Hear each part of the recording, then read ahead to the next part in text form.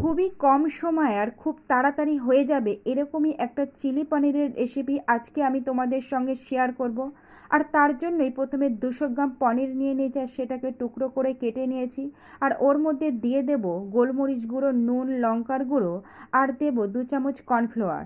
আর ভালো করে মাখিয়ে নিলাম আর কড়াইয়ে সাদা তেলও বসিয়ে দিয়েছি। এবার পনিরগুলোকে আমি ভেজে নেব লাল লাল করে। আর দেখো পনিরগুলোকেও আমি লাল লাল করে ভেজে তুলে রাখলাম। আর ওর মধ্যে তেলের মধ্যে দিয়ে দেব আদা রসুন কুচি। আর আদা রসুন কুচিটা 1 মিনিট হাই ফ্লেমে ভেজে দিয়ে দেব পেঁয়াজ আর ক্যাপসিকাম কুচি। আর পেঁয়াজ আর ক্যাপসিকাম কুচিটাকেও হাই ফ্লেমে 1 মিনিট নাড়াচাড়া করে ওর মধ্যে দিয়ে দেব টমেটো সস, চিলি সস আর সয়া সস আর অল্প একটু নুন। তারপর আবারও 1 মিনিট হাই ফ্লেমে নাড়াচাড়া করে ওর মধ্যে দিয়ে দেব ভেজে রাখা পনিরগুলো।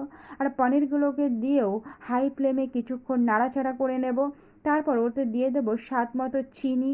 আর তারপর আবারও খানিকক্ষণ নাড়াচাড়া করে দিয়ে দেবো কর্নফ্লাওয়ারগুলো জল। আর অল্প করে একটু জল দিয়ে 2 মিনিট ফুটিয়ে নিলেই তৈরি হয়ে গেল আমাদের চিলি পনির। আর ওপর থেকে দিয়ে দিলাম